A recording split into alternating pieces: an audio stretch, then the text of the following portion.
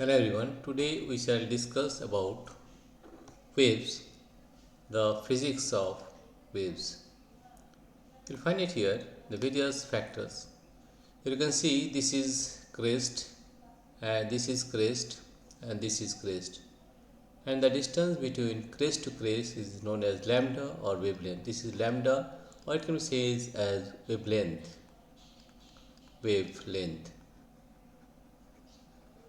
The distance between crest to crest is known as wavelength. Here you see this is known as lambda, right? Or you can say it as from trough to trough. This is trough, one trough, and this is another trough. The distance between trough to trough is also the length of lambda, right? Now you can see here, this is and the relation between frequency and time period. If the frequency is new, then time period related with 1 by time period is equal to frequency. This is the relation between time period and frequency. So we learned the various factors of the physics of waves. We have energy, propagation and superposition. So what we learned that the distance between crest to crest is wavelength and the distance between trough to trough is also wavelength. And this is the shown as the velocity of propagation of the waves.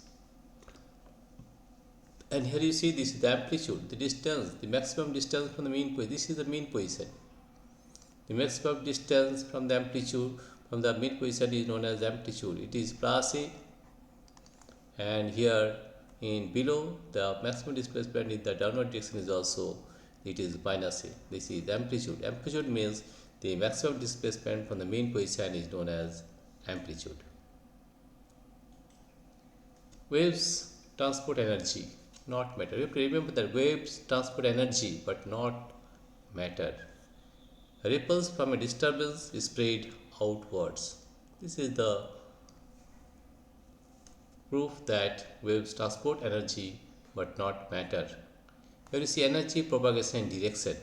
The curve moves locally up and down. The wave pattern moves forward. The water mass itself does not flow, but the energy flows from one part to that of another. Energy propagation direction, but not matter. The mechanism, elastic coupling. You see here, this is the elastic coupling. Wave propagation direction. Mechanical waves require a material medium. Elastic forces bind the constituents, atoms and molecules together. Elastic forces binds and restoring forces, Hooke's law drives the propagation. You can see here elastic forces. One particle pulls the next one. Wave propagation direction. If you apply a force here, the inertial transfer, the push is transmitted sequentially. The push is transmitted sequentially. Here in this case we can see the elastic coupling. That means mechanical waves require a material medium, elastic forces bind the constituents, atoms, molecules together, and restoring forces, Hooke's law, drive the propagation. Classification, the transverse and longitudinal waves. You have to differentiate between transverse and longitudinal waves. What is the meaning of that? Transverse wave. Transverse wave oscillation perpendicular to propagation. This is the wave propagation and the particle is moving in this direction. The angle between them is always 90 degree, that is transverse wave. Solids only and requires shear strength and features is crest and troughs. Here you find the crest and trough. The distance between two troughs is known as lambda or wavelength, and the distance between two crests is also known as lambda or wavelength. And the angle between the wave propagation and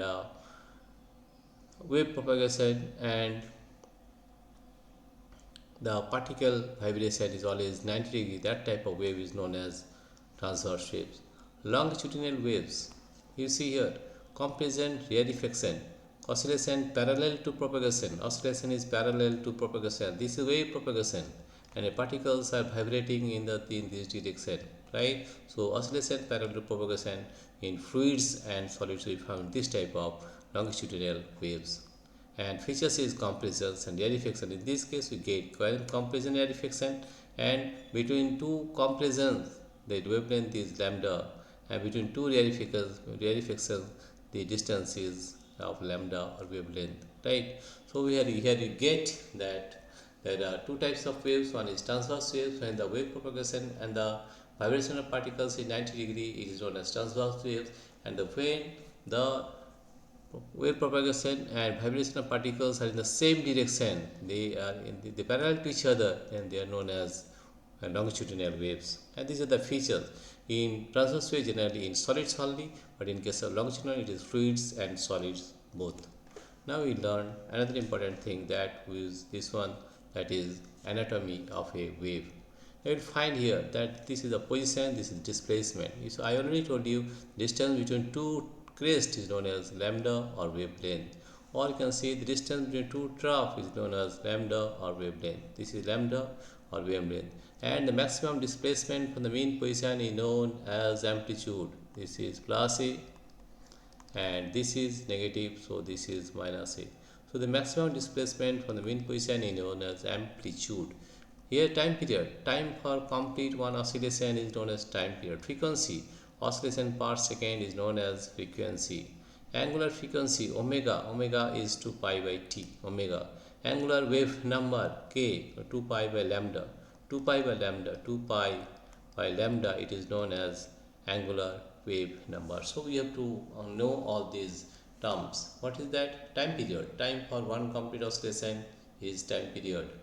And frequency, the oscillation number of oscillations per second is called frequency. Angular frequency, this is the omega, that is 2 pi t, 2 pi by t, and angular wave number 2 pi by lambda. So you have to know all the anatomy of a wave. And now we learn another important thing, that is this one, that is the displacement relation. Displacement of a sign of a space x and time. We relate the relation between x and time. X is space and t is time. Therefore, y xt is equal to a sine kx minus omega t plus phi.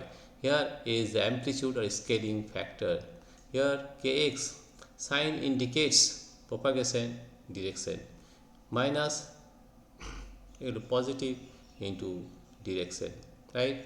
And the phase, the state of motion is omega t. So the displacement relation is y xt equal to a sine kx minus omega t plus phi. A function of both position and time describes the shape of the wave at every instant. So we know that a function of both position and time describes the shape of the wave at every instant. You will find the speed of transverse wave. String, in case of a string, the speed can be differentiated as this is the wave speed equal to root over t by mu. T is the tension elastic property or restoring force, and mu is the linear mass density internal inertial property. This is linear mass density. Ncert speed depends on the properties of the medium, not the frequency of the source. Tightening a string, increasing tension increases wave speed, right? So we get the speed of transverse wave is equal to root over t by mu, where t is the tension, v is the wave velocity, and mu is the linear mass density. This is speed of longitudinal waves, or you can sound. Newton's formula isothermal, Laplace connection adiabatic, and experimental value this one. In case of Newton's formula, by isothermal we got 280 meter per second. In Laplace connection adiabatic we get 331.3 meter per second. The experimental value is also 331 meter per second. So the value of v is equal to root over gamma p by rho. Newton assumed the process was isothermal. Laplace corrected this to be adiabatic, realizing he does not have time to flow during the rapid pressure changes of a sound wave. So we get the velocity as v equal to root over gamma p by rho. The principle of superposition, you can see here that Ncert wave pulses retain their identities after they have crossed the net displacement in overlap as the algebraic sum. Here you see this is y1 approach, this is y2, and here they will overlap with each other y2. So net y net equal to y1 plus y2. And stage 3, this is y2, this is y. y1 will cross here, y2 will cross in this way. So what you get, wave pulses retain their identities after they have crossed The net displacement during the overlap is the algebraic sum. Here you get the algebraic sum. This is y2, this is y1, but at the overlapping period it will be y net equal to y1 plus y2. After crossing, they have retained their identity. This is y2 and this is y1. So what we get, wave paths retain their identities after they have crossed. Net displacement during overlap is the algebraic sum.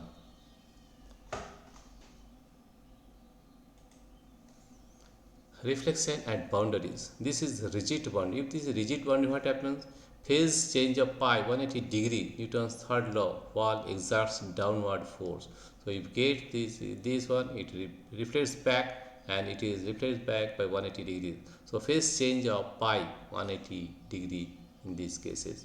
If this is open boundary, what will happen? This is the rigid boundary, open boundary, no phase change, the ring moves freely. So we can see the ring moves freely, there is no phase change. Here there will be no phase change, but in this case if the boundary rigid, there is a phase change of 180 degree. Standing or stationary waves, you can find these to be a stationary wave. This is nodes or zero displacement. This is the antinode, maximum displacement. This is node, that is zero displacement. What we find?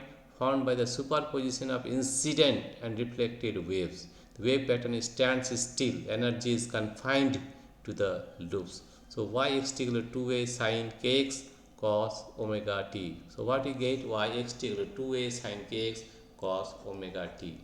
So this is the standing or stationary waves. Normal modes or stretched strings. This is a fundamental mode. First harmonic, that is its length is lambda by 2. Second harmonic, it is by lambda, and this is third harmonic, 3 lambda by 2. So frequency v equal to n v by 2l. This is the physics of string instruments like guitar, violin and piano. You see here, this is the first harmonic at lambda by 2, and this is the second harmonic, that is lambda, and this is the third harmonic, that is 3 lambda by 2. So frequency v, frequency nu is equal to n v by 2l. So we are getting the value. This is the physics of string instruments like guitar, violin and piano. Normal modes, ER columns. You can find here about normal modes, about ER columns. You see here, if it is open pipe, open both ends, then this here will form antinode. Here is the node and here is the antinode, right? So generates all harmonics, that is 1, 2, 3, all harmonics. For example, is flute, organ and pipe. So in open pipe we get generates all harmonics 1, 2, 3. Closed pipe, closed one end, this is closed end, so this is the antinode, this is the node and this is again the antinode. So what we get, generates only odd harmonics, that is 1, 3 and 5. So this is clarinet or bottle. So we getting this closed pipe, or in bottle we get only odd harmonics, but in case of open pipe we get generates all harmonics, that is 1, 2, 3, all harmonics generate. That is the antinode, this is node and this is antinode. Here you find beats or temporal interference. This is frequency 1, this is frequency 2, this is the resultant wave. This is beat period. So what you get, that beat frequency is modulus of nu1 minus nu2. So what create rhythmic rise and fall in intensity caused by interference of nearly equal frequencies used for tuning instruments. So what you get, a bit temporal interference. This is frequency 1, this is frequency 2 and this is the resultant wave, right? A rhythmic rise and fall in intensity caused by interference of nearly equal frequencies used for tuning instruments.